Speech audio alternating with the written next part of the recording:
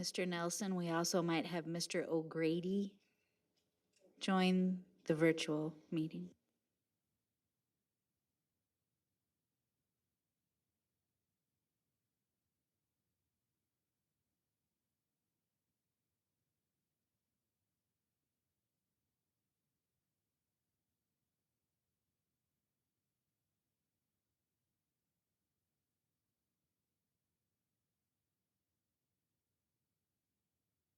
All right, let's go ahead and start. I'd like to call this meeting of the Executive Committee for the McLean County Board this Monday, May 10th, 2021. First of all, we'll have a roll call. Ms. Morlock? Member Martin. Present. Member Went. Present. Member Barnett. Present. Member Metzger. Present.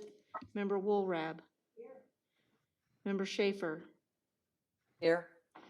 Member Erickson. Here. Member Soldner. Here. Chairman McIntyre. Here, we have 9 members present, no members absent. We do have a quorum. We have the approval of the minutes from our regular meeting of April 12th. Is there a motion to approve? Motion by member Soldner, second by member Martin. We'll have a roll call vote. Member Barnett. Yes. Member Went. Yes. Member Martin. Yes. Member Erickson. Yes. Member Soldner. Yes. Member Schaefer. Yes. Member Woolrab. Yes. Member Metzger. Yes. Chairman McIntyre. Yes, we have 9 yes votes, 0 no votes. Minutes have been approved, and we'll move on to number 3, appearance by members of the public. I have a list of 8 speakers today. We have a total of 30 minutes allotted for public speaking. Each member will get 5 minutes, and we will keep a cumulative time. And so we'll start, and I'll read names.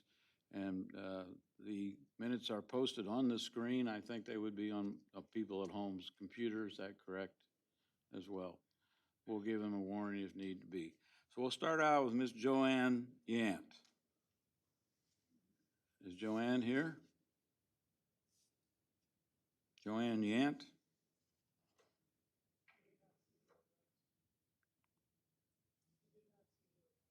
Did not see her arrive? Okay.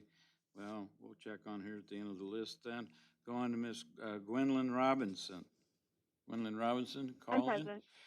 present. Welcome to the County Board Executive Committee. You have the floor and you have 5 minutes to speak. Thank you so much. I appreciate it. I called in today to advocate for the Dropbox recycling program. I've been a member of the community since 2007. I came down for college and I stayed because I love the community. One of the things that I loved about it is the recycling option. I live out in rural Bloomington, and I had no expectation that I would be able to do things like recycle out there. So I love being able to make sure that my recyclables are going to the correct place. My husband and I use the program. Our neighbors also use the program. If it ceased to exist, I'm not sure what we would do with those other than sending them to the dump. So I really hope that in the future it will continue to be funded and be available to the community. I appreciate you giving me this time to talk. Thank you very much. Next we have Ms. Gretchen Monty. Gretchen, can you hear us?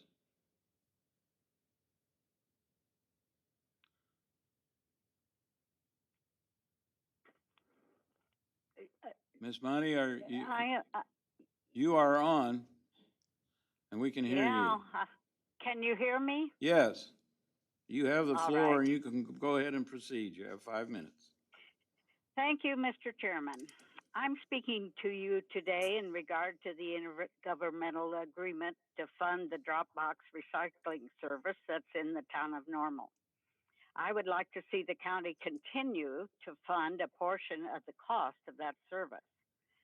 As you know, a large majority of Bloomington Normal residents have convenient curbside service, but that is not available to residents living outside those 2 cities. And as you have seen in the information that the Ecology Action Center provided to the county board members, Its Dropbox user survey indicates that approximately 1/3 of its customers are from outside Bloomington Normal. So the proposed funding is equitable. You know, the county has approved solid waste plans over the years, and I encourage you to implement that support by approving the intergovernmental agreement. As an aside, I urge the county to stay with 10 two-member districts. I'm concerned that more than 2 members in any district would actually discourage voting. It was difficult for me to choose 4 trustees for Bloomington Township this year. Next year, there could be 8 candidates running in one district without a primary to narrow the field. Thanks for your attention. Thank you. We'll go on to Mr. Kenton Machina. Kenton, are you available and on the screen? I'm here. Good, welcome. You have 5 minutes to speak, and you may proceed. Thanks. Thank you. Thank you for the opportunity. Well, like the previous 2 speakers, actually I called in order to try to support the idea of continuing to support the normal drop boxes for recycling. I, like some of the others, I live out in the rural area of the county, unincorporated area. So we're not able to get recycling at, well, we don't have curbs, but it'd be ditch side recycling, I guess. So we don't have that. So we rely on private trash hauling in order to haul our trash away. But that does not give us any recycling opportunities. In order to recycle, basically we're reliant on the normal drop boxes. And so if that option goes away, my household trash output would probably about triple. And that would be hauled away to the dump, or the landfill, I guess we call it now. And I think my neighbors are about in the same boat. So, that's just a greater burden on the world to have all that stuff going off to be on the landfill. If we really are serious about supporting agriculture in this county, we need to be paying attention to the importance of the health of the planet. And so I think it would be a wise investment on the part of the county to keep the normal drop boxes going. That's about it. Thank you. Thank you. Next, we have Mr. Bob Broad. Mr. Broad, are you with us? Yes, you may go right on up to is the podium available? Yes. And I think you'll find a microphone up there, Bob. Yeah.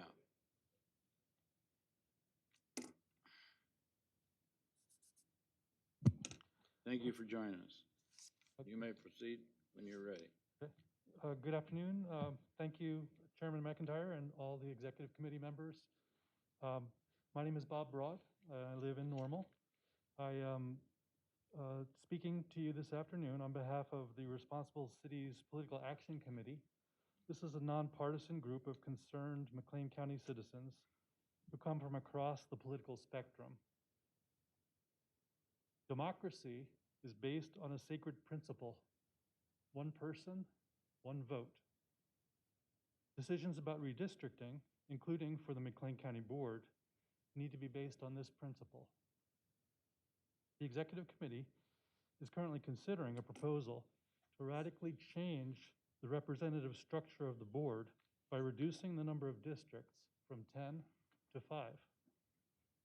Please note that this proposal was made in the absence of any data from the 2020 United States Census, which means this proposal has nothing to do with proportional representation.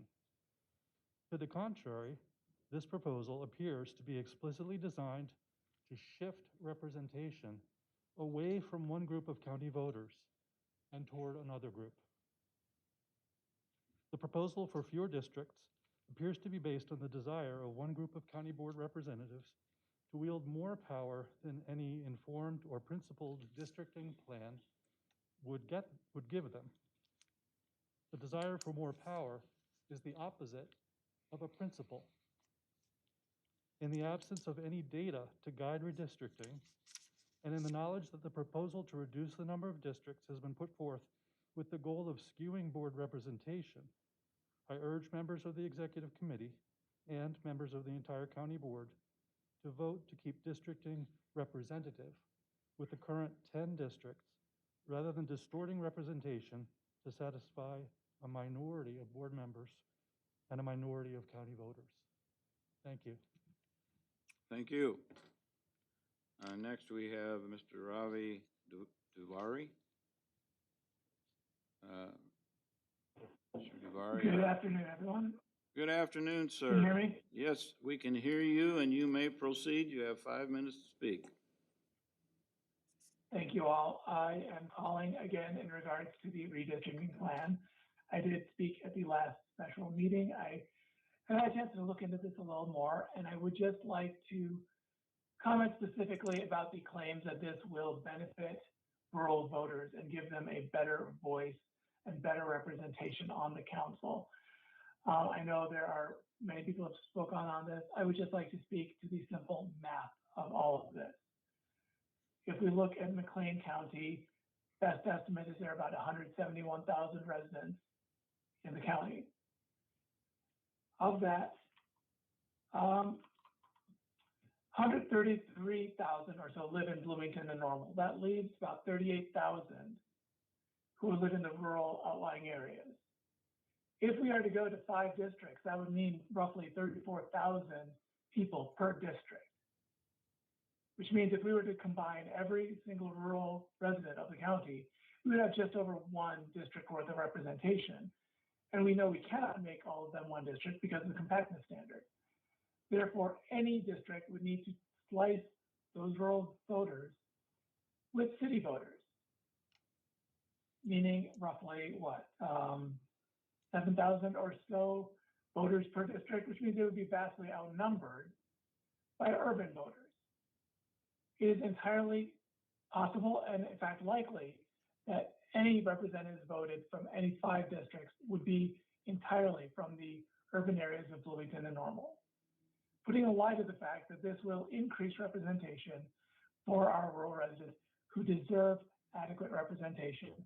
I urge you to stick with 10 districts. Thank you. Thank you, sir. Our next speaker is Ms. Sarah Breen. Sarah, are you on? Yes, I'm here. Can you hear me? Yes, you may proceed. You have 5 minutes. Thank you. Thank you for giving me the opportunity to speak tonight. As I wrote via email to each of you earlier today, each of you on this committee, I urge you to vote no on the proposal of 5 districts in McLean County. I'm concerned that larger districts will dilute the voice of and therefore the representation of all residents of McLean County. The push behind moving to 5 districts appears to be from people claiming that rural voices are being suppressed.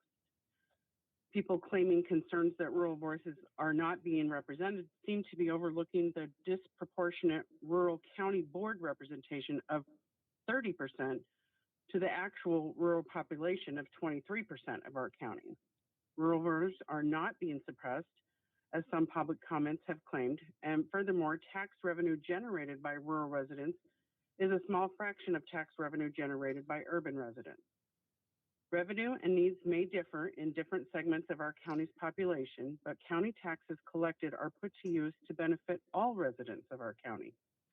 Our 10-district format with 2 representatives for each district allows for representation of our entire county with all its diversity, including both rural and urban populations, by addressing needs throughout the county.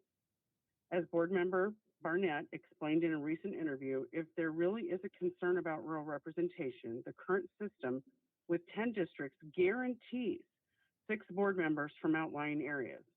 Changing to 5 districts eliminates this guarantee. He also reminded us that we should be focusing on what is best for people as opposed to what is best for a particular party. Thank you. Thank you. Our last speaker today is Ms. Carla Bailey Smith. Carla, you may proceed. Can you hear us? Thank you. Can you hear me? Yes. Can you hear me all right? Yes, you have the floor. Okay. Thank you.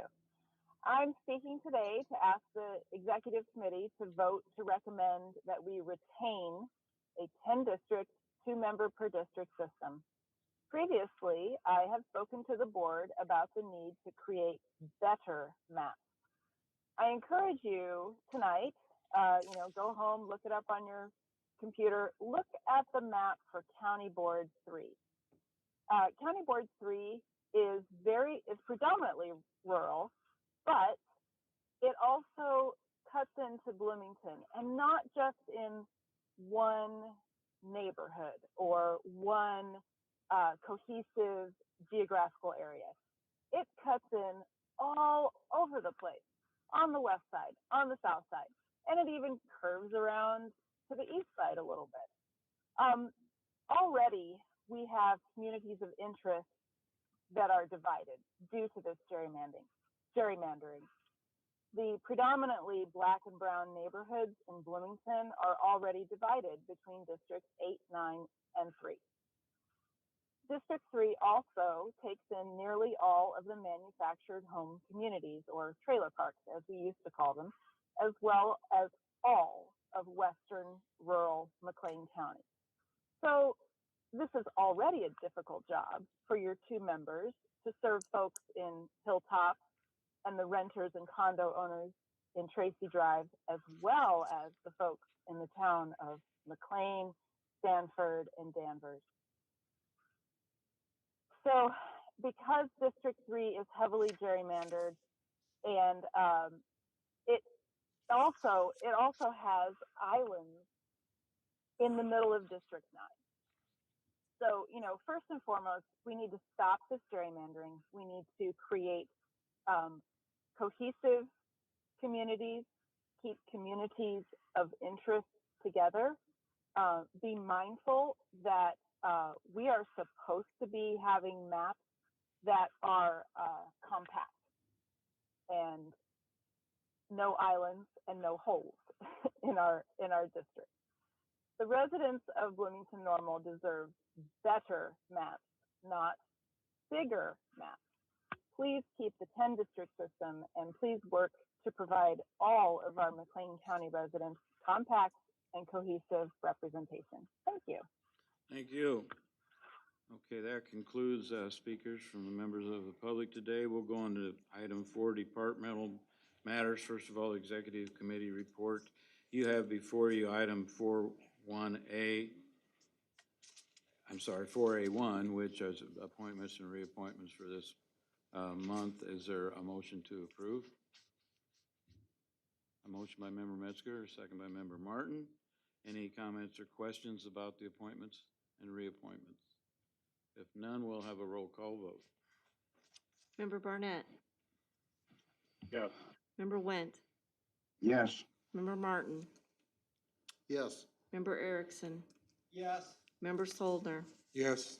Member Schaefer, Yes. Member Woolrab, Yes. Member Metzger, Yes. Chairman McIntyre. Yes, we have 9 yes votes, 0 no votes. Motion's carried. You'll see if we move on down the list, we have Information Technologies and Behavioral Health Coordinating Council with no business for today. We'll go on to item E. 4E, request approval of a resolution of the McLean County Board to amend the rules of the McLean County Board as contained within Chapter 20 of the McLean County Code as recommended by Rules Subcommittee on April 28th, 2021. Is there a motion to approve? Motion by Member Solder. Is there a second? For a second. Second by Member Went. Any comments, questions, or discussion? Hearing none, we'll have a roll call vote. Member Barnett, Yes. Member Went, Yes. Member Martin, Yes. Member Erickson, Yes. Member Soldner, Yes. Member Schaefer, Yes. Member Woolrab, Yes. Member Metzger, Yes. Chairman McIntyre. Yes, we have 9 yes votes, 0 no votes, and the motion is carried. With the permission of the committee, I'd like to combine items F and G since they do go together. Is there any objection? If none, I'll go ahead and proceed to read. Request approval of a resolution of the McLean County Board to amend the rules of the McLean County Board as contained within Chapter 20 of the McLean County Code as recommended by the Rules Subcommittee on May 6th. It's a request of, I'm sorry, am I right on that? Yeah. Second one is request approval of a resolution of McLean County Board setting the number of board districts and the number of county board representatives to be elected for each district, found on pages 11 and 12. Is there a motion to approve? Motion by member Went. Is there a second? Second by member Metzger. Comments or questions or discussion? Member Woolrab? Thank you, Mr. Chair. I have some comment I would like to read. Mr. Wendt, I think should turn off his microphone so we have decorum in the room, please. Yeah, I need to get mine off too. Member Went, thank you, and I'll mute. Thank you. The reapportionment process is one of the most important issues the county board will address this year. I can honestly say that I have received more emails on this topic than I did on any other past issue, including the gravel pit, which some of you will remember. The reapportionment of McLean County must provide for the fair representation of all county residents.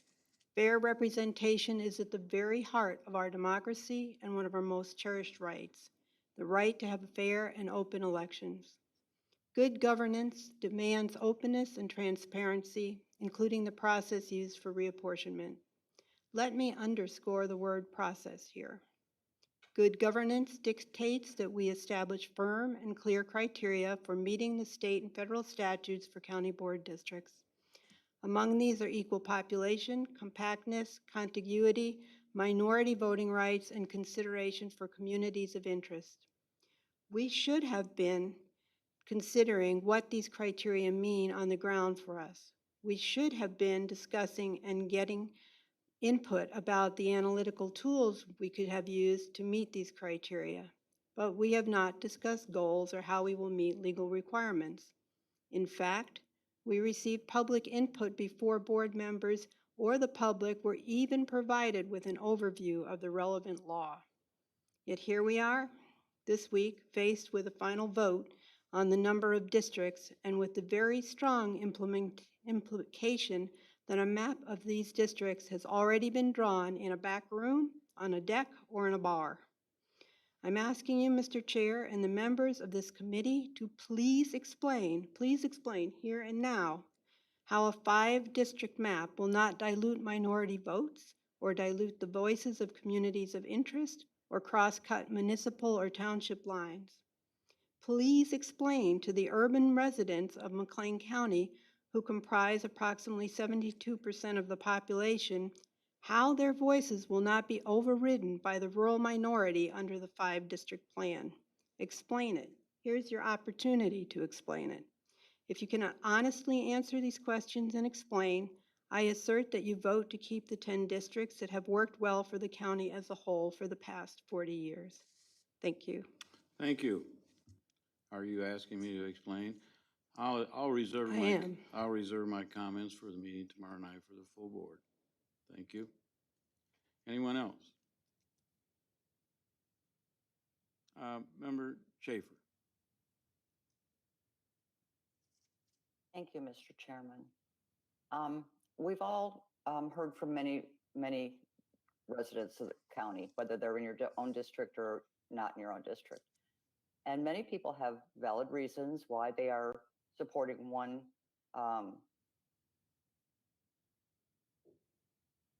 configuration over another, and various configurations, not just the 2 that we seem to be talking about right now. And so they had logic to back up some of their statements. So I have a question actually from Member Barnett, because you have stated that the nursing home and community behavioral health initiatives and the History Museum, along with other things, are at risk with a 5-member plan. And so I would like to ask you to explain why you mentioned those 3 and exactly how and why they are at risk with a 5-member plan, or even if you had a 7-member plan, or whatever number plan other than 10-member plan. And I may have a follow-up question or two after that. Thank you. Well, if you'd like me to talk about what I think about this plan, I'm happy to do so. I'm not going to answer your questions, Member Schaefer. I'm not on trial here. And I think in general, and I think I've been pretty clear about this, a 5-member, or 5-district, 4-member plan is not within the best interests of this county. It's not within the best interest of the citizens and the people who live here. I've been pretty adamant about that since we started talking about this at the Rules Committee last Thursday. The entire process that we have gone through to get here has been flawed from day one and reeks of poor leadership and planning. While other counties have been talking about redistricting for months, McLean County, at least publicly at meetings, has not been. At our April meeting, it was dropped in our lap that suddenly within the next couple of weeks after that, we are going to have 3 public meetings. As Member Woolrab has already said, the thought behind that, the data that you would use to bring that conversation forward, the history of what was involved with that, none of that was brought forward at all. None of that was prepared. This was all done to make everyone feel good and provide the public to be able to come forward and give comments about redistricting. When we all know, whether all of you will admit it or not, that other plans, a 5-district plan, has been in the works for a very long time, weeks, perhaps even months. And everything that's gone on has just been trying to quietly drive the train to get us to the end result that I think we're about to vote on. Yes, I feel that 5 districts drawing in large areas of the rural parts of the county into chunks of Bloomington Normal is bad. It creates larger districts. The representatives are farther away from their elected officials. There's less accountability. It's just bad government. These are the types of things, this redistricting process that we have done, we've gone through, these are the types of things that have happened in Springfield, right? That all of us are up in arms about and can't believe what the Democrats are doing down in Springfield. How many folks have said that, of course, over the course of a day when seeing how redistricting is going down there? But hey, you know what? It's okay if we do it here in McLean County. It's fine because it serves our interests. It's hypocrisy. And I would say anyone who votes for this 5-district plan without owning up to that should be ashamed of themselves. Thank you. Member Schaefer, do you have a response? I do. Thank you. Yes, you're right. You're not on trial, but as other people, residents that have come to public comment, that have sent us emails and things like that, most of them have backed up a lot of the reasons why they feel that one district over another with those reasons. Well, you mentioned other things that have never been mentioned, and it almost appears like you've been threatened or something like that. And so and that's why I'm asking why you brought those up, because and how that relates into that.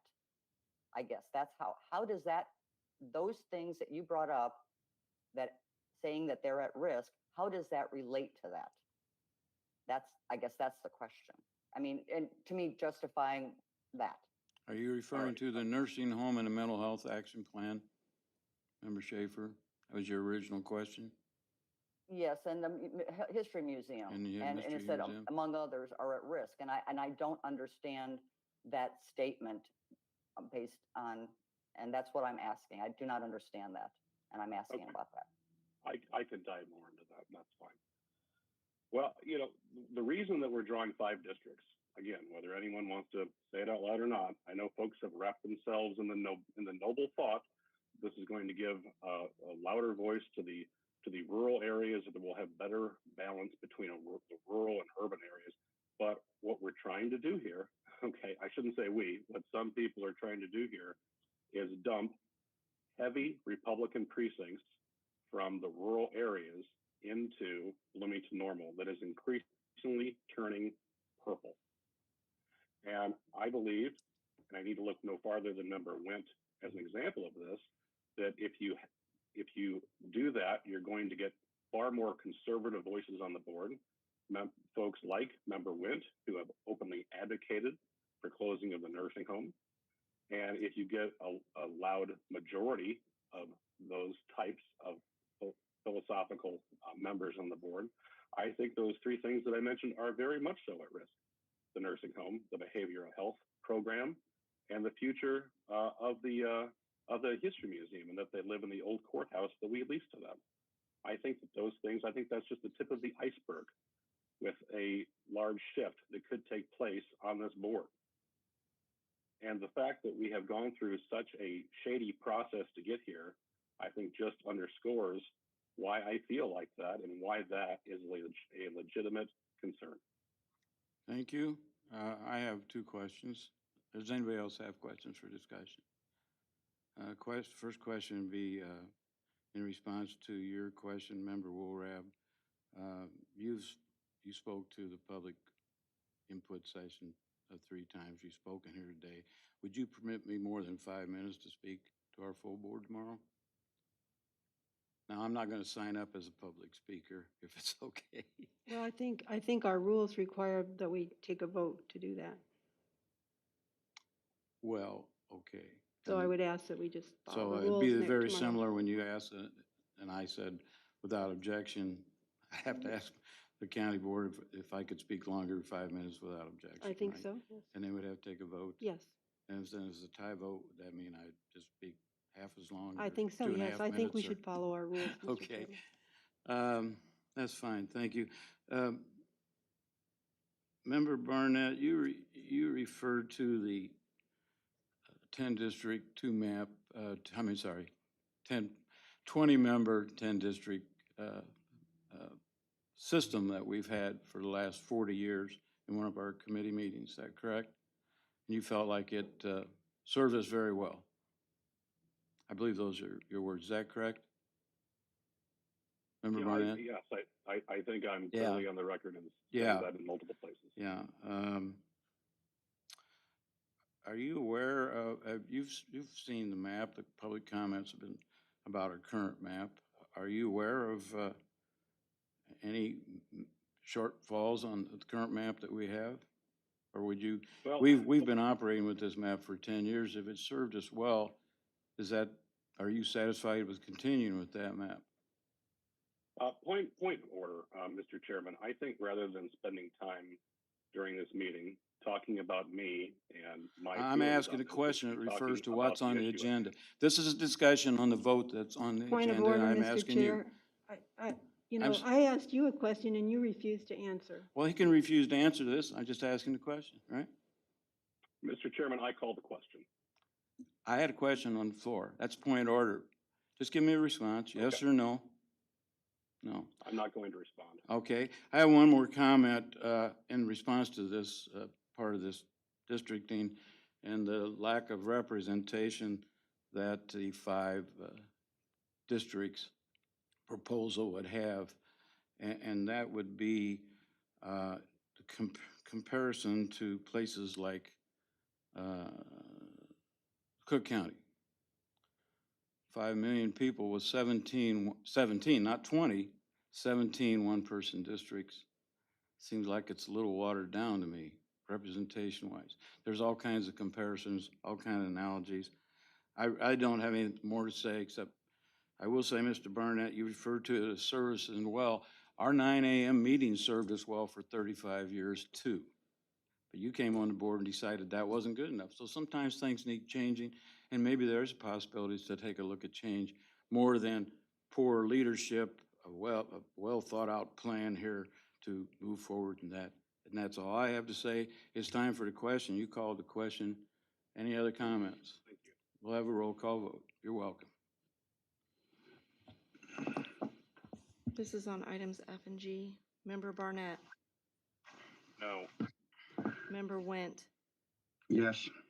Member Martin, No. Member Erickson, Yes. Member Soldner, Yes. Member Schaefer, Yes. Member Woolrab, No. Member Metzger. Did you want to vote, Chairman McIntyre? Don't have to vote if it's not a tie. Is it a tie? No, it's 5-3. Okay, motion's carried. Carries. I'll explain my vote tomorrow night when I get a chance to address the board. Thank you. The motion's carried. We have no other business this time. We'll move on to the report of Finance Committee, Chairman Metzger. Thank you, Chairman McIntyre. We have 2 items to be presented for action. Request approval of a resolution establishing the budget policy for fiscal year 2022, and I move that action item. Motion by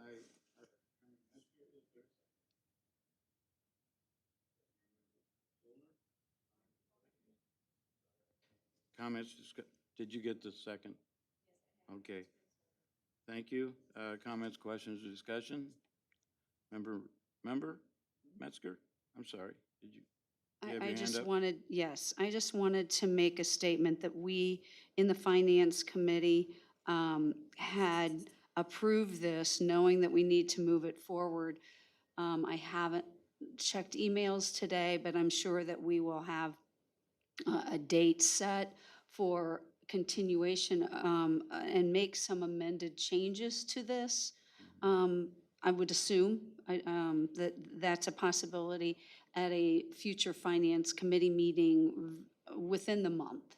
Okay, thank you. Member Woolrab, you had your hand up. Yes. Thank you, Mr. Chair, and I want to thank Member Metzger for mentioning that. It's very important, I believe.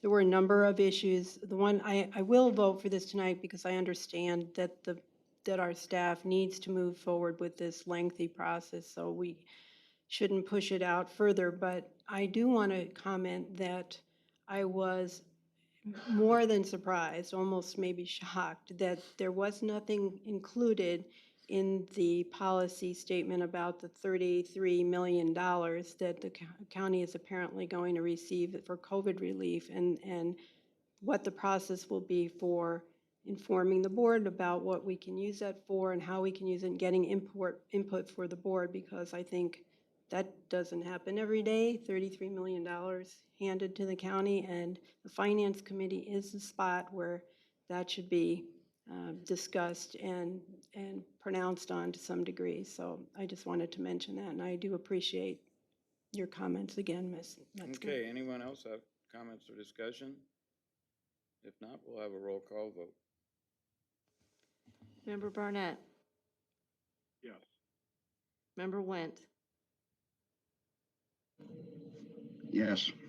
Member Martin, Yes. Member Erickson, Yes. Member Soldner, Yes. Member Schaefer, Yes, and Member Went, would you please mute your microphone? Member Woolrab, Yes. Member Metzger, Yes. Chairman McIntyre. Yes, I believe that was 9 yes votes? Yes, sir. 0 no votes, motion is carried. We'll go on. You have the floor, Chairman Metzger. Yes, we have B1B, request approval of Schedule A, calendar for preparation for fiscal year 2022 budget, 5-year capital improvement budget, and a recommended 3-year budget. And I move that. Motion by Chairman Metzger. Is there a second? Second by Member Schaefer. Comments or questions or discussion? If there is none, we'll have a roll call vote. Member Barnett, Yes. Member Wendt, Yes. Member Martin, Yes. Member Erickson, Yes. Member Soldner, Yes. Member Schaefer, Yes. Member Woolrab, Yes. Member Metzger, Yes. Chairman McIntyre. Yes, we have a 9 yes votes, 0 no votes. Motion is carried. Chairman Metzger, you have the floor. And we have a number of items that will be presented to the board this coming Thursday. Thank you. We'll go on to the report of the Health Committee. Chairman Schaefer. Thank you, Mr. Chairman. The Health Committee has no items for action today, but we will have something for the board on Thursday. Okay, thank you. Report of the Justice Committee. Chairman Erickson. Thank you, Mr. Chairman. The Justice Committee brings item 4D1A, request approval of an intergovernmental agreement with Ford County and McLean County Court Services, and I so move. Motion by Chairman Erickson, second by Member Martin. Comments or questions? If none, we'll have a roll call vote. Member Barnett, Yes. Member Went, Yes. Member Martin, Yes. Member Erickson, Yes. Member Soldner, Yes. Member Schaefer, Yes. Member Woolrab, Yes. Member Metzger, Yes. Chairman McIntyre. Yes, we have 9 yes votes, 0 no votes. Motion is carried. Chairman Erickson, you have the floor. The Justice Committee. The Justice Committee has one more item that will be presented to the board on Thursday. Thank you. Thank you. We'll go on to the report of the Land Use and Development Committee. Chairman Wendt. Thank you, Mr. Chairman. The Land Use and Development, let's see, has no action items to present, but we do have an item to present to the board on Thursday. Thank you. We'll go on to the We have report no of, report. we'll go on to the report of the Property Committee. Chairman Barnett.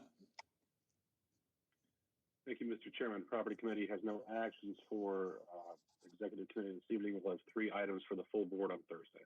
Thank you. We'll go on to the report of the Transportation Committee. Chairman Solomon. Thank you, Mr. Chairman. Transportation Committee has nothing for action today. We have 3 items to present to the board on Thursday dealing with road improvement projects. And I would like to mention that the Highway Department did get the Scott Bundy Memorial Highway signs posted out on Tawana Barnes Road north of Fort Jesse. I hope everybody has a chance to take a look at those, and I appreciate the hard work in doing that. Thank you. All right, thank you, and thank you for mentioning that. We'll go on to the report of the County Administrator, Ms. Rodriguez. Thank you, Chairman. I have a number of items to request for consideration for action. The first of which is H1A, request approval of a resolution of the McLean County Board continuing the declaration of a disaster pursuant to Section 11 of the Illinois Emergency Management Agency Act, pages 38 and 39 of your packet. Thank you. Is there a motion to approve? Motion by Member Schaefer, second by Member Woolrab. Comments or questions? If not, we'll have a roll call vote. Ms. Morlock? Member Barnett, Yes. Member Went, Yes. Member Martin, Yes. Member Erickson, Yes. Member Soldner, Yes. Member Schaefer, Yes. Member Woolrab, Yes. Member Metzger, Chairman McIntyre. Yes, we have 9 yes votes, 0 no votes. Motion is carried. Back to you, Ms. Rodriguez. Thank you, Chairman. Next, I have item H1B, request approval of an amended resolution establishing county board meeting dates for calendar year 2021. The information being requested is on pages 40 and 41 of your packet. Is there a motion to approve? Motion by Member Martin, second by Member Soldner. Any comments or questions? Do you have any comments you'd like to make referring this? Thank you, Chairman. It's simply to mitigate the issue that the calendar brought to us, which was that when the board agreed to change the date of county board meetings to a Thursday after exec, then November 11th, which would have been a county board day, is actually a holiday, Veterans Day. And so we're just requesting that we move to the following Tuesday, sir. Thank you. Any other comments or questions? If not, we'll have a roll call vote.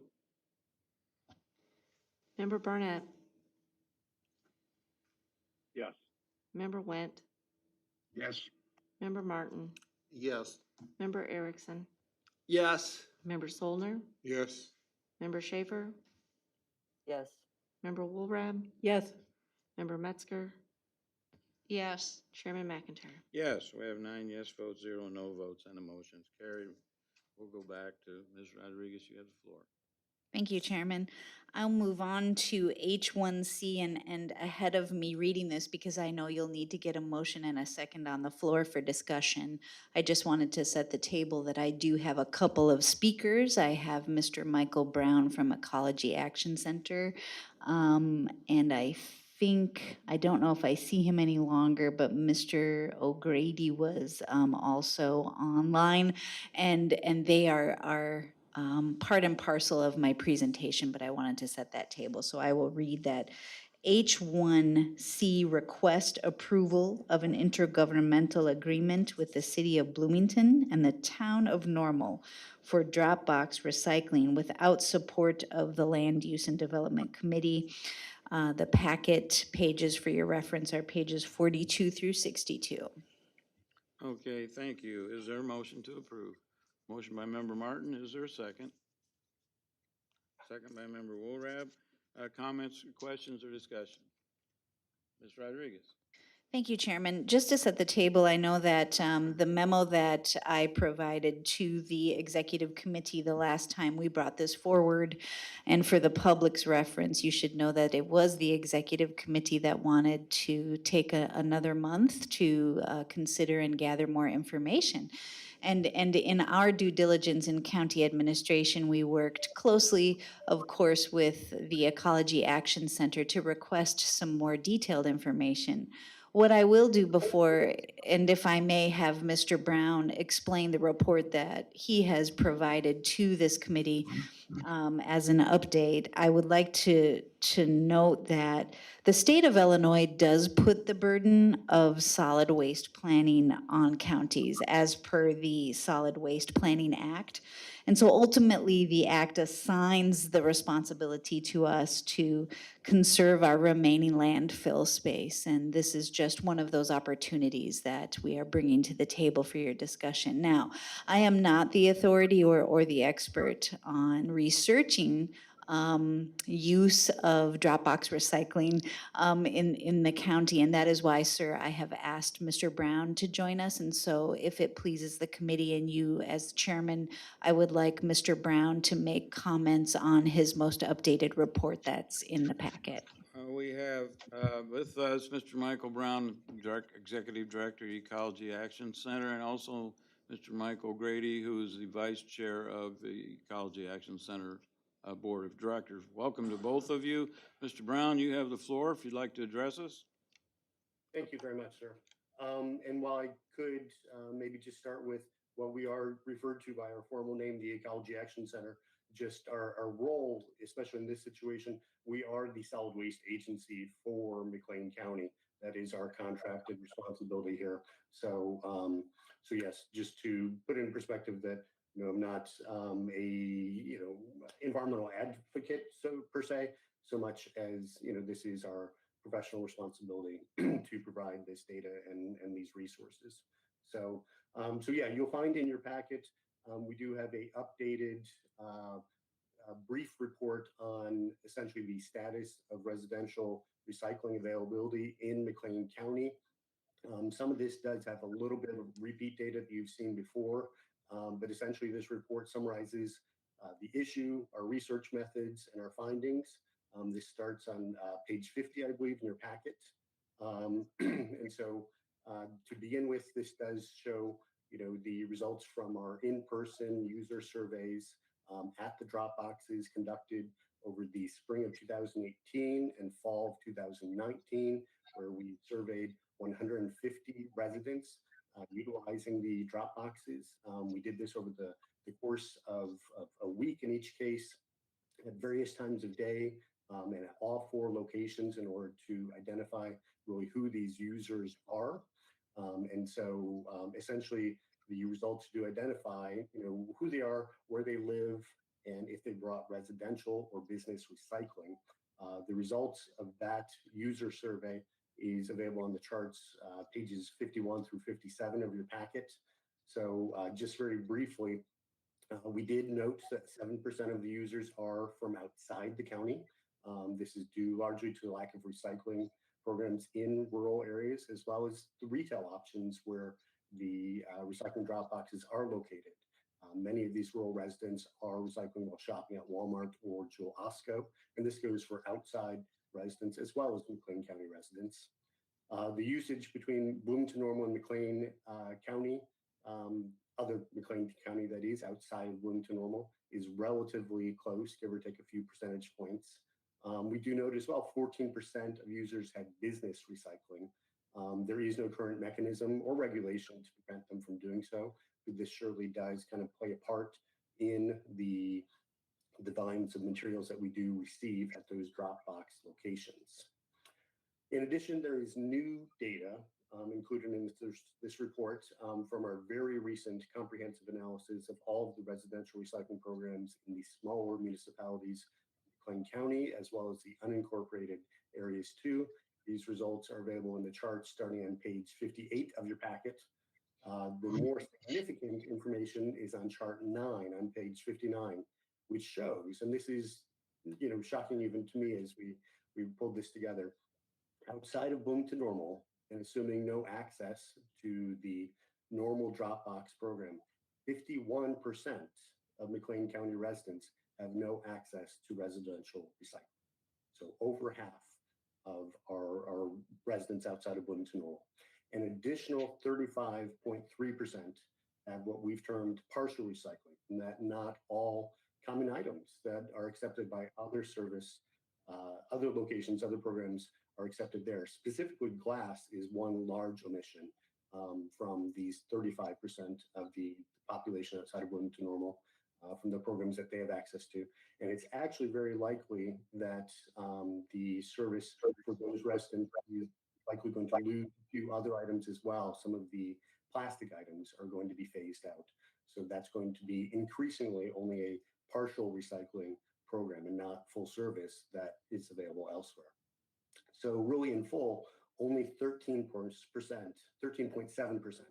of residents outside of Bloomington Normal have full recycling services available.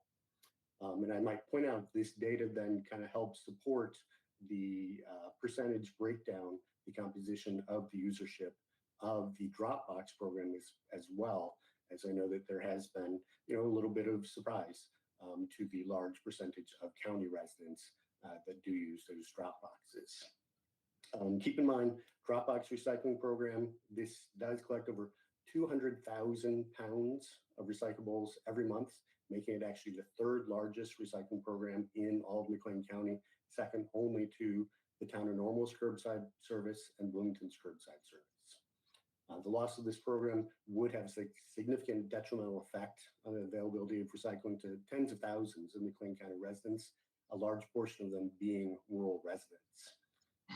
Just to point out as well, although this is likely obvious, this is in conflict to lose this program, to not have funding for this program to adequately support it would be in conflict with the goals and objectives and strategies outlined in the 2017 20 Years Material Recovery and Resource Management Plan for McLean County, City of Bloomington, and Town of Normal, which sought to continue to divert more and more materials away from landfills, since at this point that means exporting waste out of the county, since we no longer have an active landfill.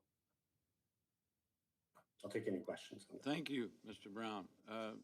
Thank you for the additional information. Many of you might probably know that this process has been going on quite some time, and we met, Mr. Vice Chair Solner and I met with Mr. Brown and staff with the original report and the data, and so I appreciate that. Are there any questions, Mr. Brown? Yeah, Mr. Solner? Thank you, Mr. Chairman.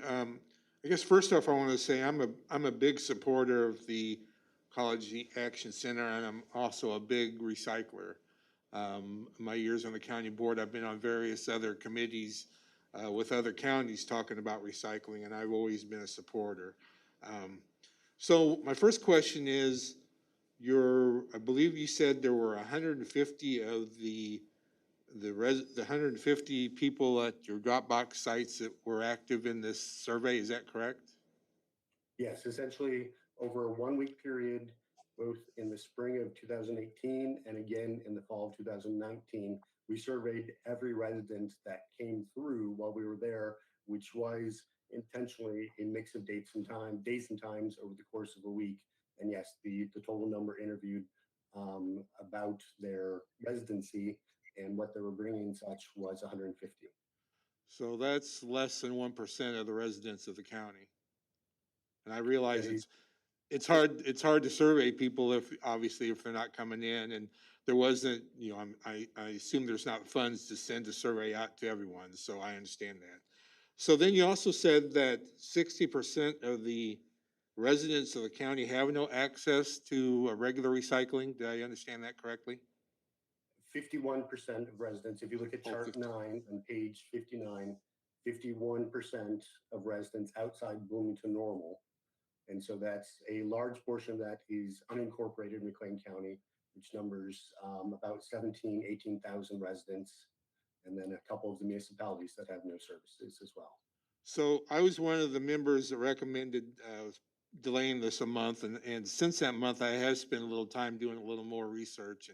And what I've found again is that there are a number of the villages that do have recycling as part of their regular garbage service and pay a fee for that. But I do know there are a large number of rural residents that do drop off at Walmart and other facilities in Bloomington Normal.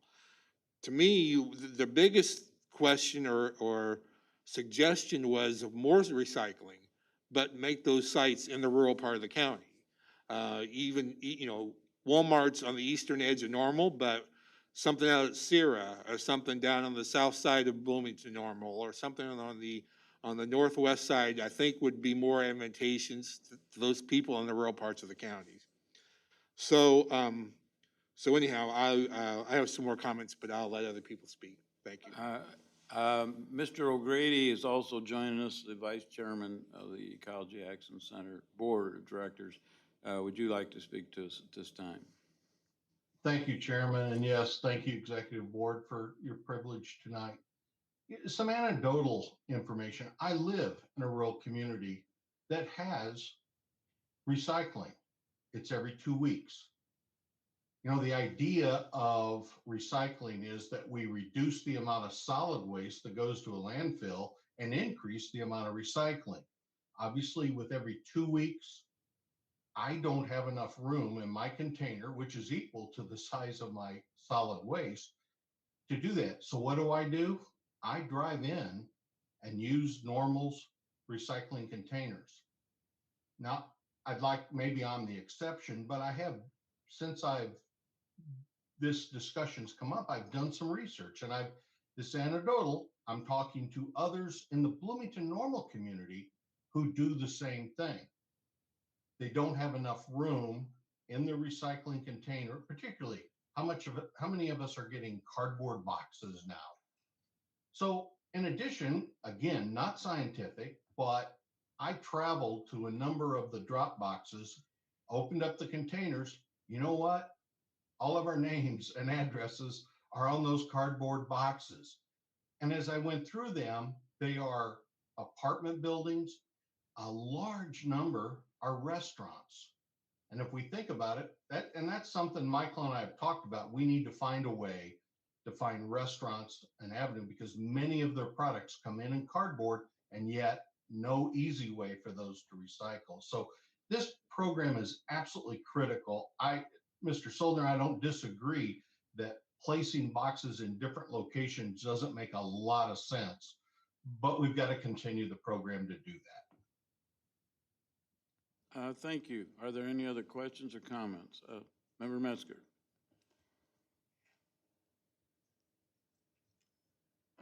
I just have a question for Mr. Brown. Was there any survey, it doesn't appear, or at least the results are not here, of the volume that the rural community or the rural residents, that the 51% that have been identified, the volume that they bring in versus the volume that a restaurant in Bloomington or Normal bring in?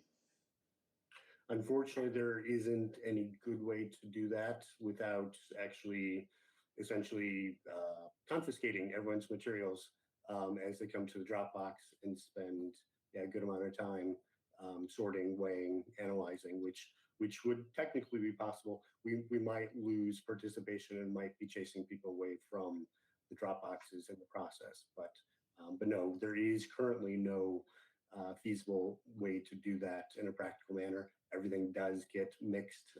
Things are in large volumes. People are in a hurry to drop it off and get on with their errands, and so that's not something we've ever attempted to do, and that's not something that the recycling company has any ability to collect data on either. Thank you. Anybody else have comments? Mr. Erickson? If we have members of the Land Use Committee here, I would like to ask them, what was the reason for their vote at the Land Use Committee as to why this passed through the Land Use Committee? Well, didn't pass the Land Use Committee.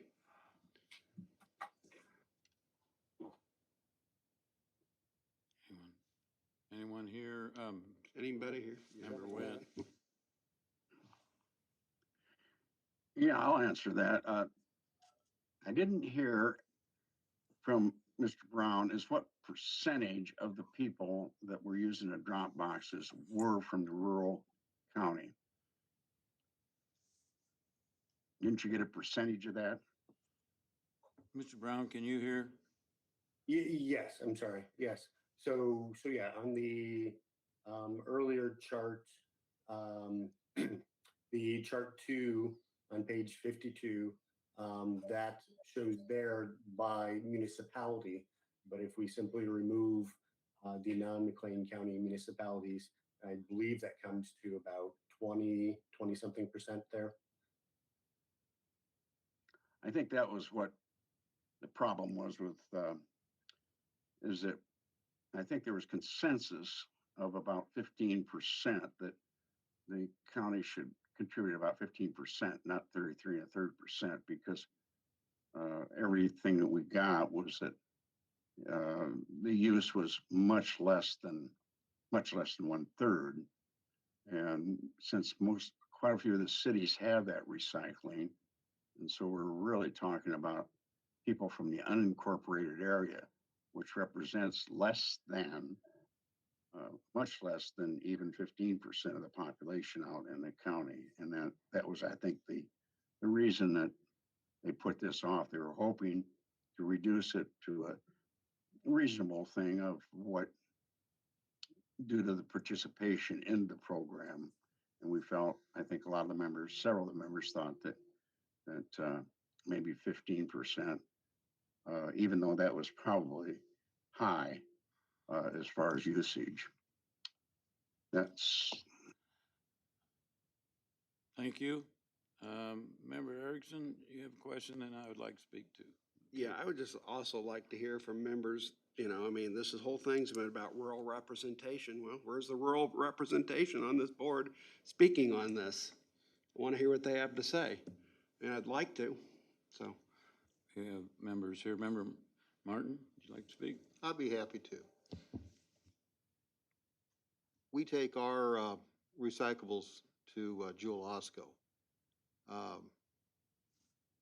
I can't talk for all the residents around my area because I just don't know what they're doing. But I will tell you that there's no way I can accumulate things, and where am I going to take them? 20, 30 years ago, I think my parents took them out to the back ditch. But that's not what we want to do today. Does that answer your question, Chuck? I'd just like to hear from all the rural representatives as to what their view is if we get the opportunity, Mr. Chairman. Anyone else? Member Metzger? By the way, record show Mr. Martin is from Danvers and Ms. Metzger is from Carlock. I live in rural Carlock, and there is actual rural pickup of not only trash, but also recycling. So that is an option in my area. However, I was, and I do believe that we need to keep things out of the solid waste facilities if we have other options. I do, one thing that Mr. Brown said on chart 9 was about 17,000 residents have no recycling. Of that, I wouldn't think 100% would be recycling. I mean, we all know, as member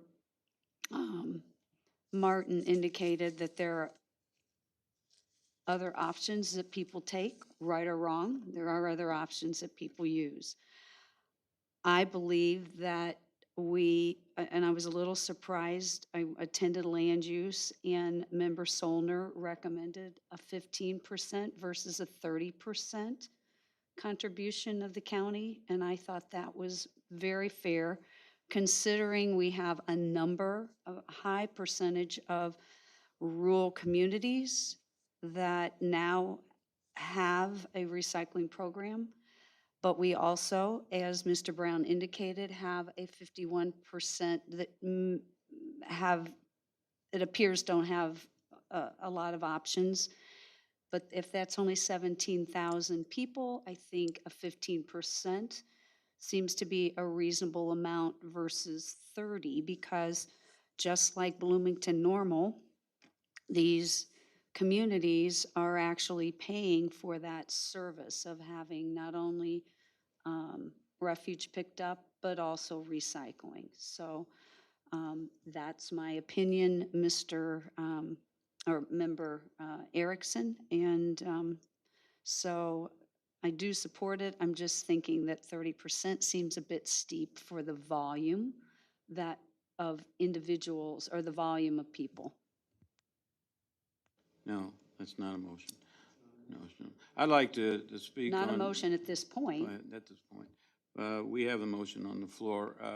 I'd like to speak from the chairman's perspective on this and go kind of back through a little bit of this history. When this first came to us, all of us took a look at that and thought primarily about the chart, the original study and the chart. Member Solner and I met with Mr. Brown. We asked a number of questions. There was some questions that I had about the contract that we would be signing along with the city of Bloomington and town of Normal. But the more I look at this from the chairman's standpoint, let me talk a little bit about intergovernmental agreements. We have a lot of intergovernmental agreements with the city of Bloomington and the town of Normal. Not all of them are closed contracts, like this one is not. However, they agreed to sign on with us, knowing at times that it's going to cost them even more than what they investigate. We are a little closer to the vest, I would say, and trying to balance our budget every year, and so we ask a little more detailed and pertinent questions sometimes. And so I obviously dug into this, as we do, and asked more questions about how this would all add up. And I asked Mr. Solner at the time to do somewhat of a survey with the rural communities to see how many of them were doing recycling. But there are other dimensions that have come to me since that time, where people are actually recycling and driving in this community because of the extras that they have. Also, I have to look at this from this standpoint. The town of Normal has been footing the bill for this type of recycling for, correct me if I'm wrong, 13 or 14 years at least, all on their own, providing a number of sites. Not only that, but they have provided trucks and made those available for the recyclers to use. And they have also entered into many agreements with us, not knowing exactly the amount that's going to cost them over the years. And some of those are at millions of dollars. So as good partners, and as chairman of this board, I'm going to support this. And I'm also, though, have one caveat to it, and that is I'm going to ask that there's a continued look at this, Mr. O'Grady from the Ecology Action Center Board and Mr. Brown, that we look at this and see if it is a possibility to make it even a little more accessible, knowing it might cost us a little more money, so that there would be another site accessible to the rural area in the south end of Bloomington, somewhere located. Because what I'm seeing right now is, in reading these charts, people are driving in from the east side of the county, and they're going to Walmart. The site there is a big one, a big collector, I believe. Isn't that correct, Mr. Brown? People coming in from Mr. O'Grady's area up in the north end of the county, from Hudson, Chinoa, and so on, and coming into the university. People are coming in from the west side, and there's going to be, correct me, isn't there going to be a location now at the Walmart site out west side of Bloomington, as per request by Mr. Gleason? So that would be another site. And the one and then, of course, there's one that some people are using on the west side of community that I've talked to a number of residents, which is also some coming into the west side at Cottage, Jewel Osco Cottage there, because it's accessible with main artery. The one main artery we're not getting to help with this would be something coming in from the south end of the county. I know that takes time. I know that takes extra money. I believe now that there is a service there. I just got a couple boxes of my own that were too big to even fit, and I was cutting them up and trying to decide what to do, and so I believe there is a reason for this, and the percentage is going to vary, but I think that probably Normal has footed this bill for quite some time, and that we want to continue this service, and however, we would like to, take another look at this at the end of the contract and evaluate it. And I would hope, and I would ask the managers of both the city of Bloomington, the town of Normal, and our county administrator to actually evaluate this with you some more as we go through it on an annual basis. And so that is my speech on it. I've looked at it. I think it is valuable. The percentages may vary a little bit. If you take 13 or 14 years of the town of Normal already paying for this and taking initiative on this, I think probably we'll be okay. We've already come out pretty well since we haven't paid anything. And so I think it would add up. So that's my support on it. Anybody else have any comments? Member Schaefer, thank you. Thank you, Mr. Chairman. I would like to thank Mr. Brown. I had sent a bunch of questions to county administration, and I think most of them have been addressed. And then Mr. O'Grady then did talk about a little bit about the commercial and the restaurants, and as to that needs to be looked at. But my question is for Mr. Brown, when you're talking on page 59, when the 35% that do have some partial recycling, and it says no glass recycling is accepted. And can you explain to me why that is, and how, if or is there a method to try to, and I don't know who's picking those rural communities up, if there's a way to work with them to then recycle glass so that maybe some of that isn't being brought in and they can have it in their own community? So I would, if possible, rather not get into naming particular service providers. I don't want to, either promote any or, say anything critical of any. And so just, the service provider by those municipalities where there is no glass accepted for recycling, that is a choice by that company that they do not take it for recycling, period. I do believe even the usage of that service provider by those municipalities is a fairly recent shift with the greater expense currently due to very weak markets, due to the ban on exports of recyclables to China and many places in Asia where they used to go. Just the other competitors, their prices have gone up. And so this is the way that this service provider has been able to keep prices level, or perhaps even, reduce prices. I don't know what the pricing is. I'm not privy to that information, but I just know that a number of these municipalities have felt that they needed to shift to this provider because it was more affordable for them. But as a result, yes, their residents, and not everyone's aware of this yet. This is kind of a growing piece of information. And I don't know how heavily the service provider is promoting it. We're trying to make it clear to help reduce what they now consider contamination in their containers.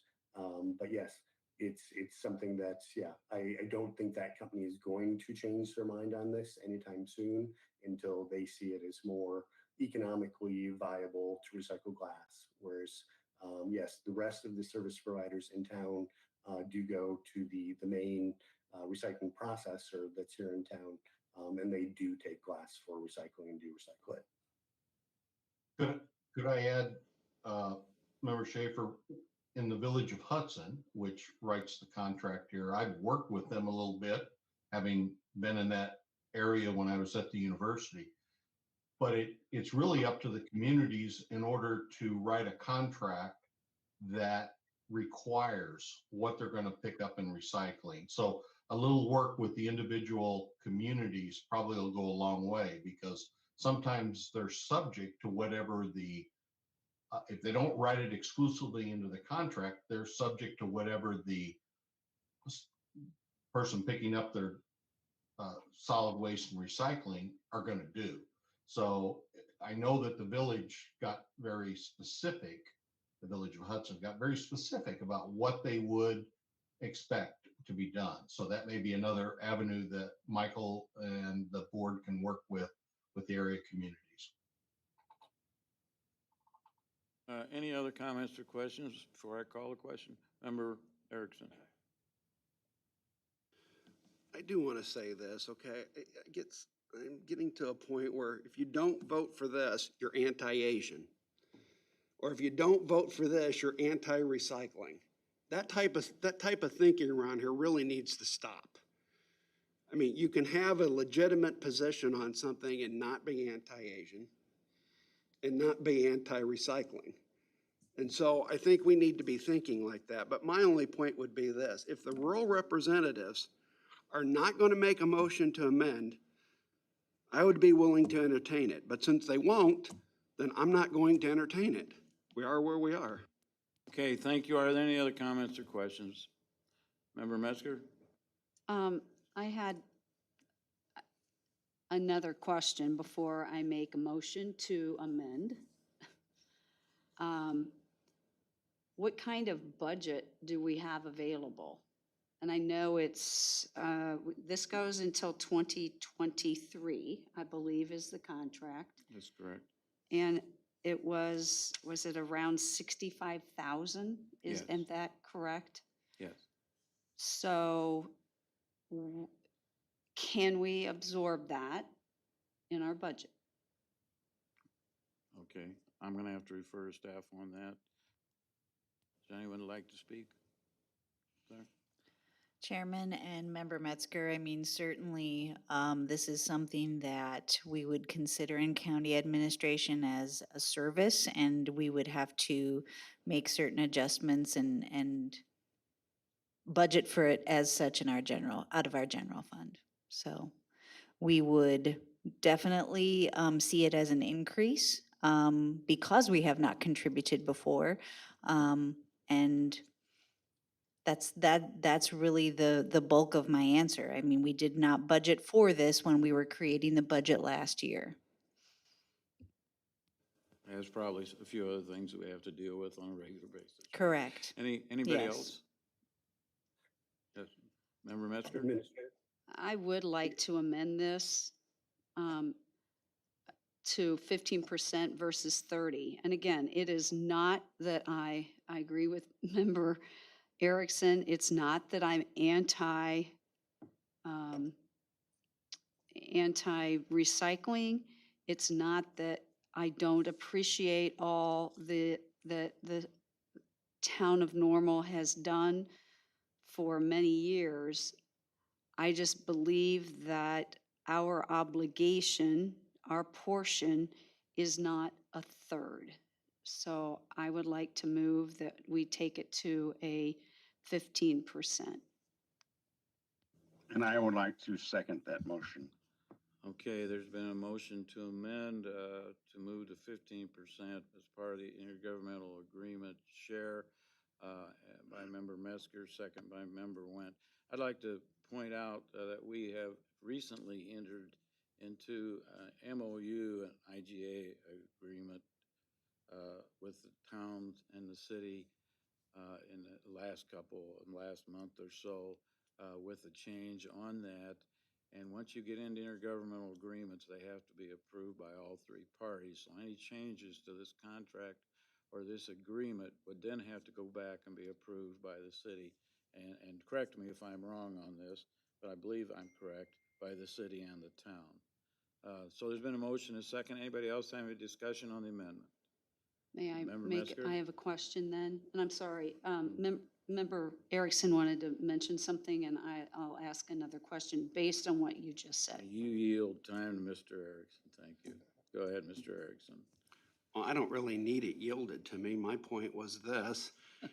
When I mentioned that anti-Asian and anti-recycling, last year we had an issue that came before the board regarding a resolution that we passed. And somehow the people who voted no on that resolution or voted no on the change were described and have been described as being anti-Asian. And my point was, it doesn't make them anti-Asian because they voted a certain way. Nor does it make anybody anti-recycling if they vote for this or vote against this. That's my point. And I think the point is well taken. And I don't think you can say to me that, well, I don't agree with Member Erickson because, you know, this isn't anti-recycling. My point is to merely say, if someone votes yes on the 15%, it doesn't make them anti-recycling. That's merely my point. Okay, thank you. Your point's been made. Let's try to keep some decorum as well. Thank you, though, sir. Member Metzger? So what you were just mentioning is that if we take this, and I know we have a second, Yes.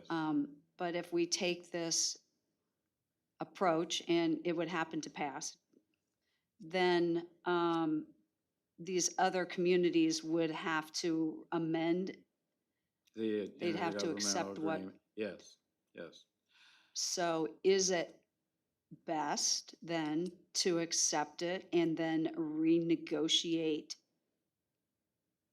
in January of '24? In my opinion, as chairman, it is, and I can give you an analogy. I can give you many examples of intergovernmental agreements where if that is not done, we would spend a lot of time every year on some longer term contracts or intergovernmental agreements, some of them as long as 20 years, which we would have to readjust it every year. You see, with the city and the Bloomington. And what I'm saying is there is a partnership here that has to be done with the county. Obviously, we have to represent the whole county, including the rural area, but this is a good point because the whole county also includes Bloomington Normal, as we provide services for the whole county, including Bloomington Normal, in such things as our court system, our health system, our jail, and so on. And so there is an intermingling of commitment between each agency. And sometimes if it's a contract, it'll be, otherwise they may not agree to this. And so that's the case. Where we go from there? Then it would have to come back here is what would Yes, happen. that's right. Okay. Then- I'm hoping I didn't ramble too much in answering your question. No, I just needed to have validation to that. So I still think that we could potentially look at that 15%. So you keeping your offering your amendment. Member Barnett, comments? A question and a comment, Mr. Chairman. This question is for Mr. Brown. I mean, you work closely with the partners in the town and within the city. Do you know, or are they prepared to pick up the slack if we back off on this and only do 15% as the town and the city willing to fund that extra amount? Do you know?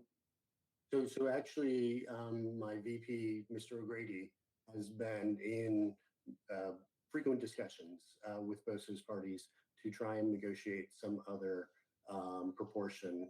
Mr. O'Grady, if you can address that. I'd be happy to. Indications both from Normal and Bloomington that they will not add additional dollars to make this happen. So if it fails, the program will stop. Okay. And then I guess just a comment for the group. I don't know the exact dollar amount. Maybe I should, since I sit on finance committee. But I believe that the town and the city have given us millions of dollars toward our behavioral health initiatives, and they're asking for $65,000 a year. And I know it wasn't in the current budget, but feels like we can work that out and continue to partner with them on this. Thank you. I'd like to follow up with that point, Mr. Barnett, that we are providing behavioral health services, and you are correct, for the town and the city and the whole county as well. And that is an agreement that we do have to accept. That's true. Thank you. So it also includes, that intergovernmental agreement also includes our electronic justice information system, which is provided for the town of Normal and City of Bloomington and the whole county. It also includes jail operations and payments on the jail addition, as you know, too. I wanted to clarify that to everyone because it also is mental health, and it is very important in what we are doing, we feel, which was a collaboration of town and city of Normal as well. Member Schaefer, did you have your hand up? Anyone else have comments on this? We have an amendment on the floor at the current time. Member Erickson? Member Went, let me call on Member Erickson. Member Erickson, you have your hand up first, and then Member Went. Yeah, what happens today if it fails? Does it still go to the full board? This could, as per rule, be passed on to the full board for consideration. I'm not real happy with that situation we have, but that's another issue for discuss later on. That does something with our committees as far as even having a committee system, but that's where we are right now, and that's a different subject to discuss. I don't think it's time to discuss it now. When you say that it could, does some member have to specifically Yes. bring it to I the believe full board? I believe that's the case. Is that correct, staff? I believe the rule requires that it goes to the board, the Yes, full board, okay. So it does go to the full without board. anybody bringing it. Yes. Okay. Member Solner. I'm sorry, Member Went, did you have, you next? Yeah, I do have a comment. I think this whole thing could have been avoided for the simple fact is if there had been some discussion before both the cities just went ahead and voted in, and then they throw it in our lap like, okay, we've all done it, so you just have to go along. And I think that on these things, and it's a message that I think should be sent to the cities on these intergovernmental relations, that we can't just pass something and both of you pass it and just send it on to us and say, hey, well, you just got to go along with what we've said. This could have been discussed in some fashion prior to that kind of action, and we could have come out with maybe some kind of a compromise at that point in time. And I think this is just an important thing that in the future we should have a little opportunity to have some input in these things rather than they just drop in our lap like this one was done. And just so everybody understands, I do totally recycle, and I drive to the actual places. For instance, I've cycled a whole bunch of plastic signs. I had to hunt and find it. And there's a place in North Normal that takes big political signs and they shred them. And I know I took 3 truckloads up there, and rather than put that in my trash.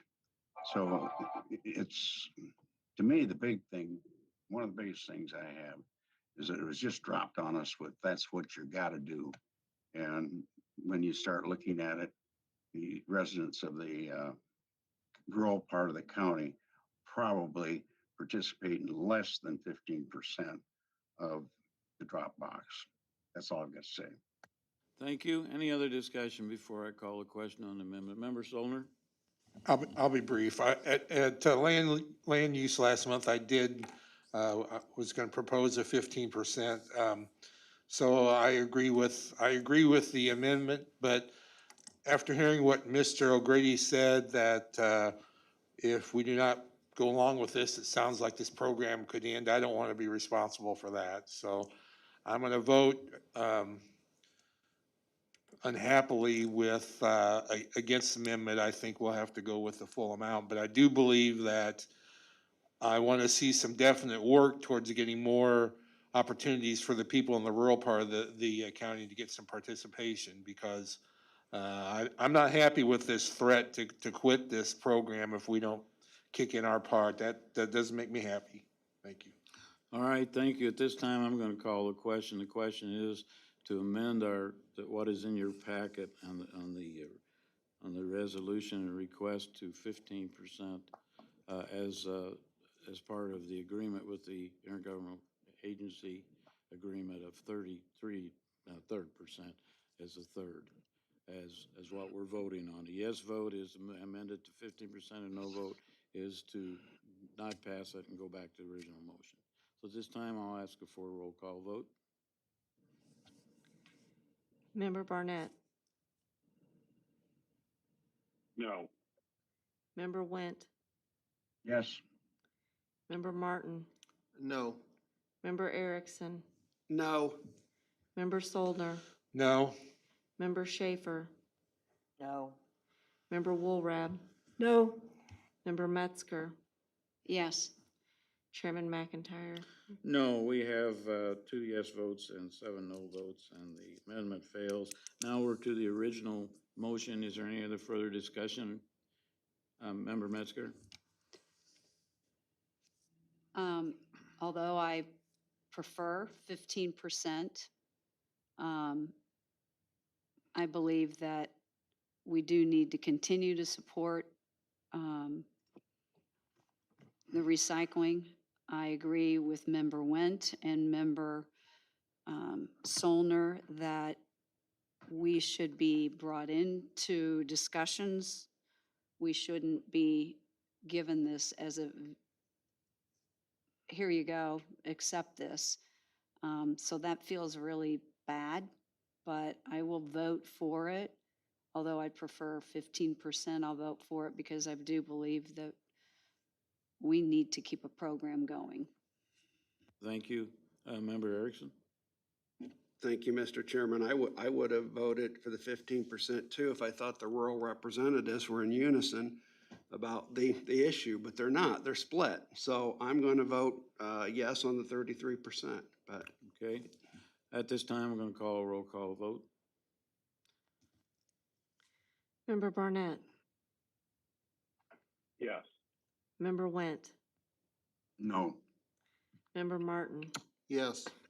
Member Erickson, yes. Member Soldner, Yes. Member Schaefer, Yes. Member Woolrab, Yes. Member Metzger, Yes. Chairman McIntyre. Yes. What did we have there? 8-1. 8 yes votes, 1 no vote. The motion has carried.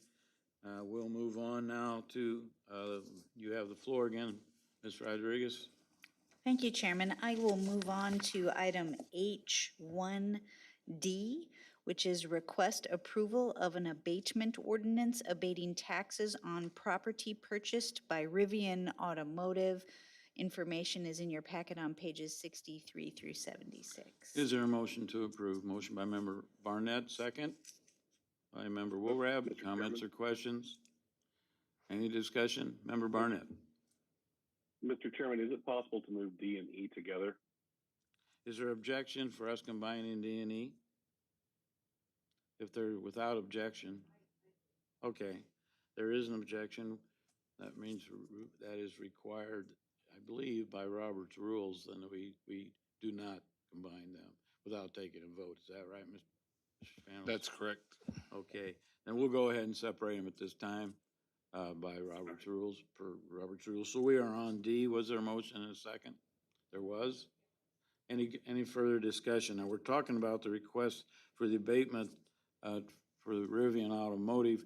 I will tell you that having been involved with these agreements originally, Rivian has far exceeded what the requirements, annual requirements for this year. And for those of you who don't know, and I'm sure everybody here does know, the Economic Development Council audits this and actually files this and authorizes for us to to actually vote it through as part of another agreement that is among other agencies as well. Any other comments or questions on it? Ms. Rodriguez? Chairman, I just want to remind you and the membership that Mr. Patrick Hoban, the Executive Director of the EDC, is in the meeting. I think if IT can augment the screen, I believe Mr. Hoban has been waiting patiently this whole time during the meeting to Thank answer you. any of your questions. All right, here he comes. There he is. Good afternoon, sir. Is there anyone here that has a question for Mr. Hoban? Ms. Metzger? I do appreciate the work that was done prior to accepting this agreement with Rivian to abate taxes, because I know there was a lot of work done, and I do appreciate the fact that we've tied some goals to that, and it is a very positive outcome that we're seeing. And so I don't have an objection to the continued abatement. However, I do have a question, and it has to do because my husband's family farm is right south of that or north of that property, and they just bought 320 acres. Is that acreage going to be included in this abatement? No, this abatement is only for their current project. If they're going to do anything on the new one, we have to come up with a new incentive package for them. And one of the reasons we really want to get a standardized incentive in place for all the future development coming. But this one does not count for that. So we will continue to be able to tax that, because that is a huge that takes a huge chunk of land out of agricultural production. And if we abate all the taxes, then obviously we wouldn't have any tax, and it would be ideal if we could tax based on that commercial rate. I'm not sure how that will come, because I also know that Dry Grove Township, that tends to pull money out of that township also, which is problematic when it gets annexed into the city of, or the town of Normal. But thank you for that clarification. Just another point of information, Ms. Metzger, Dry Grove was involved as one of the 5 agencies, taxing bodies that is part of this agreement as well. So. And I am aware of that and they because would I'm be- part of the Yeah, Dry Grove White Oak Multi-Township Assessment District. Yeah. So I don't disagree with this. I just know that when you start taking money from those townships out of 320 acres, that's tends to be a little significant, so. correct, and I agree with you. I like to remind everybody that a tax abatement, as far as what we've entered in from the county level, is actually a contract that must be fulfilled. It's not like upfront we're giving taxes away. In fact, the first year, Rivian did not qualify for any abatement. Isn't that correct, Mr. Holman? The first year of this agreement, the 5-year agreement? Yes, they did miss a year. Yeah. They did not meet the demands of the audit. And on the other hand, the presence of Rivian being where it is and the amount of jobs it's bringing to this community, which includes housing and building, et cetera, is way far outweighing, including property taxes are going to be brought in from what we are abating at this time. And so that's the other counter argument for this as well. So we have a motion on the floor. We've had a second. I'm going to call a question at this time. Ms. Morlock? Member Barnett, Yes. Member Went, Yes. Member Martin, Yes. Member Erickson, Yes. Member Soldner, Yes. Member Schaefer, Yes. Member Woolrab, Yes. Member Metzger, Yes. Chairman McIntyre. Yes, we have 9 yes votes, 0 no votes, and we'll go to next item E. Ms. Rodriguez, you have the floor. Thank you, Chairman. Item E is request approval of an abatement ordinance abating taxes on property purchased by Brandt Industries, pages 77 through 91 of your packet. Is there a motion to approve? Motion by Member Barnett, second by Member Solner. Comments or questions? If none, we'll have a roll call vote. Member Barnett, Yes. Member Went, Yes. Member Martin, Yes. Member Erickson, Yes. Member Soldner, Yes. Member Schaefer, Yes. Member Woolrab, Yes. Member Metzger, Yes. Chairman McIntyre. Yes, we have 9 yes votes, 0 no votes, and the motion's carried. Back to you, Ms. Rodriguez, you have the floor. Thank you, Chairman. County Administration has no other items to discuss. Thank you so much. Thank you very much. We'll go on to item 5, other business and communications. Anybody have anything at this time? Member Erickson. Thank you, Mr. Chairman. I do want to get back to this. If you oppose the 5-district plan tomorrow night or on Thursday night, does it make you anti-rural? I don't think it does. And, you know, and I think we need to keep that point in mind.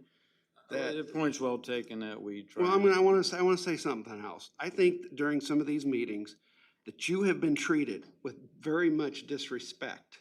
Okay, thank you. And you know, and you should be, as much as you're willing to admonish anybody on the Republican side about lack of decorum, I would also encourage you to admonish the other side about lack of decorum as well, because you are entitled to have that respect.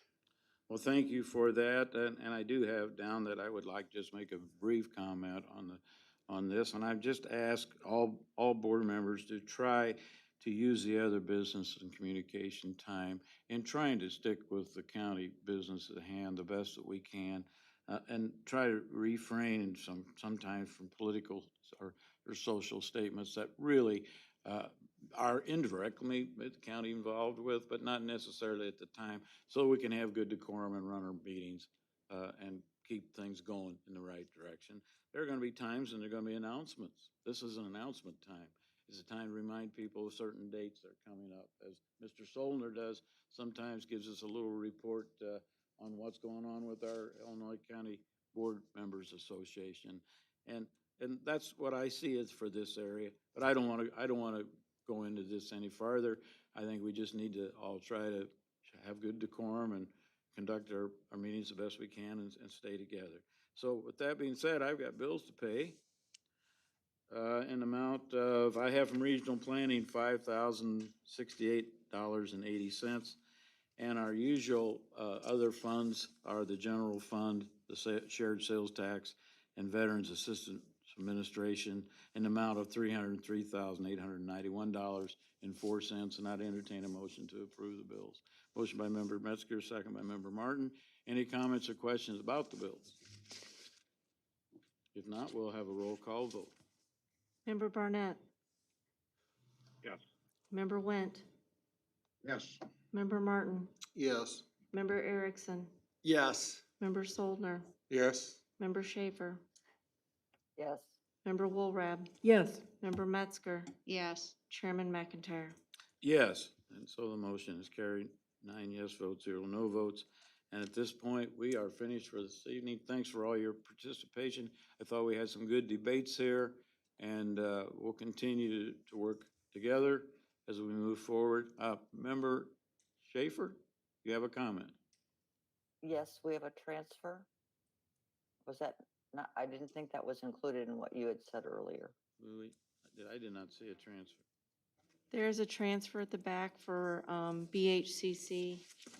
The action item reads bills and transfers, but I don't know that that's how you said it, sir. It is Bill, I'm sorry, say that again.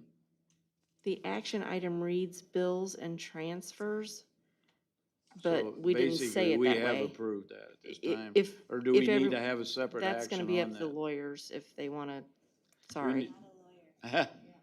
Do we need to have a separate item on this transfer? I think in the past we have done that. If you look on the back page and refer to it, we can do action very quickly on this. Otherwise, I just figured it was included, so.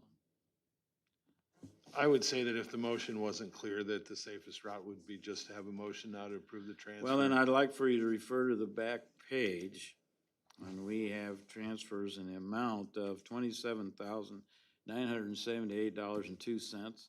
And I'm not gonna read you the line items in our budget at this time to take time to do that, but if you will look, you'll see 20,000 went to full-time employees. County IMRF had $1,761.64. Employees medical had $4,190.74, and Social Security had $1,565.22. And this time I entertain a motion then to approve the transfers. Motion by member Schaefer, thank you. Second by member Went. Any other comments or questions? Okay, thank you. I will have a roll call vote for the transfer approval. Member Barnett, Yes. Member Went, Yes. Member Martin, Yes. Member Erickson, Yes. Member Soldner, Yes. Member Schaefer, Yes. Member Woolrath, Yes. Member Metzger, Yes. Chairman McIntyre. Yes, and so we have unanimous vote to approve the transfers, and they are approved, and this meeting is now adjourned. And thank you for calling my attention to that omission. I'd like to see you a minute, sir.